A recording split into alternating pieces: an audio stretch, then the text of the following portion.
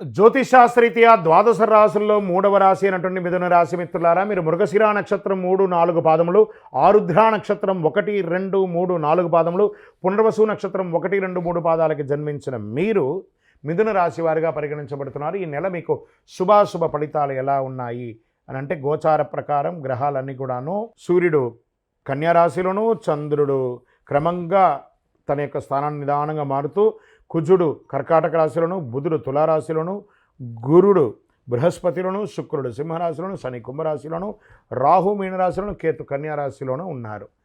మిథున రాశి వారికి పనిలో కాస్త ఒత్తిడి పెరుగుతుంది ఉద్యోగంలో, కానీ కృషితో వదలకండి, కృషిని మాత్రం వదలకండి. తప్పకుండా ఉంది. కొత్త ప్రాజెక్టులు వస్తాయి, ఉన్నతాధికారుల యొక్క సహకారం కూడా అందిస్తుంది. పదోన్నతి కోసం ప్రయత్నం చేస్తున్న వాళ్ళు, ఇంక్రిమెంట్ కోసం ప్రయత్నం చేస్తున్న వాళ్ళు మాస ద్వితీయంలో అవకాశాలు ఉన్నాయి.